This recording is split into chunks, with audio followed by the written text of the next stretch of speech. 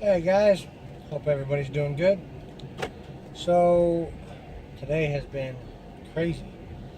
Not bad crazy, but got a lot done. Man, it just seems like stuff just keeps happening and happening. Um, so that's kind of what I wanted to talk a little bit about today. It's funny how most of these end up being right about 10 minutes long.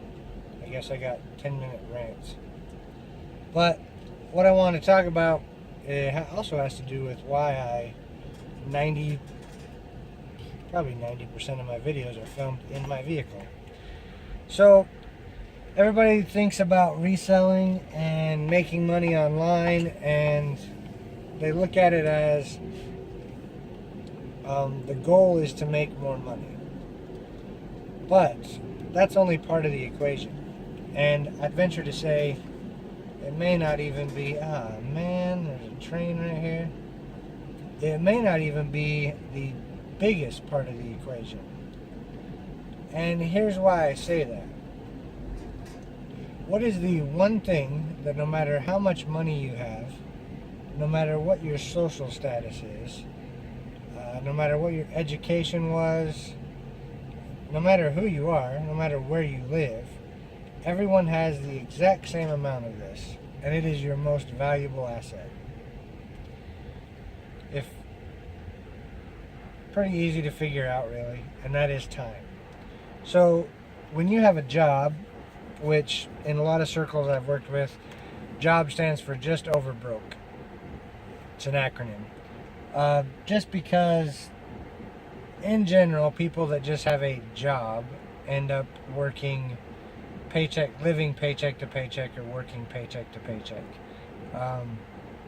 I used to talk about, and in a way I still have that, is I call it, it's not payday, it's exchange day, because my money comes in and goes out to my bills. So direct deposit made that even more apparent. But if you're interested in online reselling, you're trying to either make more money or trying to get more freedom when it comes to your time, which hopefully that's what it is. And that's part of the reason that the majority of my videos are made in the car. So I will be sitting around working on something, listing or taking pictures, or doing something like that, and I come up with an idea for a video, something that I think would be helpful to share with everyone. But I don't want to stop what I'm doing right then and just do it. So I'll make a quick note. I usually use Google Keep. Make a quick note, and then next time I'm in the car, I look at Google Keep and I'm like, okay, I'll think about that, and then go over and make one of these videos. So that's just kind of my process, and it works for the time that I have. I block out that time. And in all reality, you need to value your time. And not too long ago, Global Voodoo made a video. He talked about, everyone's trying to break down how much you make an hour. And, that is a good way to do things. But he says, it's hard to take reselling and go, well, this is how much I made per hour. Because it's just hard to quantify in a way. And I agree with him in that you're not going to do yourself any favors, especially when you're first starting out, by trying to quantify everything per hour. So the best way I could see to do it is take your monthly expenses and add those all up. And then number one, see if there's a way to reduce them. If you're not into that, then don't do it. But my thing is, see if there's a way to reduce those expenses down. Then take that amount, take 10% of that, and add that as savings, and take another 10%, add that as emergency fund. And that's going to tell you how much you need to make per month in order to be comfortable. So be realistic, especially if you're thinking about quitting your job. But be realistic so you know how much you're going to be working on. And then what you want to do is maybe divide that by days or by weeks. And then when you're reselling, you're able to see, all right, this week on eBay and Amazon I made this much money, or vice versa, and see how close you are to covering what you're going to have for the month.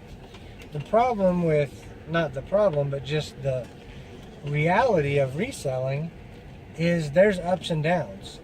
There's peaks and valleys. You'll go a day where you don't sell anything. You'll have a day where you sell, 15 items. It's totally random. No matter what your inventory is, it's going to be random. Hold on one sec. So, while it is good to track your time so that you know how much time you're spending in this business, and you do need to treat it as a business, unless you're doing it part-time and you're just looking to make cash on the side. But even then, you can see whether it's worth your time. Which we'll get into more in a second. But you're going to be doing yourself a big disservice in the beginning if you're trying to keep track of it by the hour. Just because, let's say, it takes you 15 minutes to, say, find an item, and then another 10 minutes to list it, and then another 5 to ship it. And I'm just using basic numbers, so that's a half hour.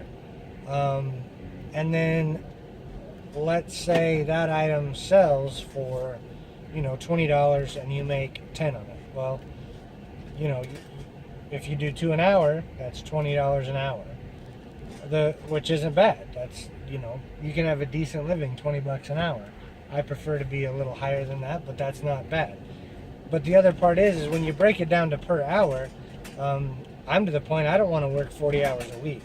So therefore I have to figure out how am I going to make it to where within, say, 20 hours of effort, I am going to be able to generate enough income for what I need every month. And then you can break it down even further when you quit thinking about it in hourly terms of, say, all right, I don't want to work any hours this week because I want to go do X with my family. So therefore, I don't want to do any hours this week, so I'm going to do extra the week before. So when you start breaking it down by the month or by the week, instead of by the hour, you free up yourself to think about more flexibility, more ways to get things done, and where you really need to be. But if you think about it the way we originally talked about with the example I used of just how long it takes to find and list an item. Well, okay, now I know I make $20 an hour, and if I want to replace my regular job, I have to do that 40 hours a week. Well, as you get better at finding things, you get better at listing things, you get better at doing that kind of stuff, then your per hour will increase. So at that point, you can choose to increase the amount of money you have coming in, or you can decrease the amount of time you use and have more flexibility to do other things. So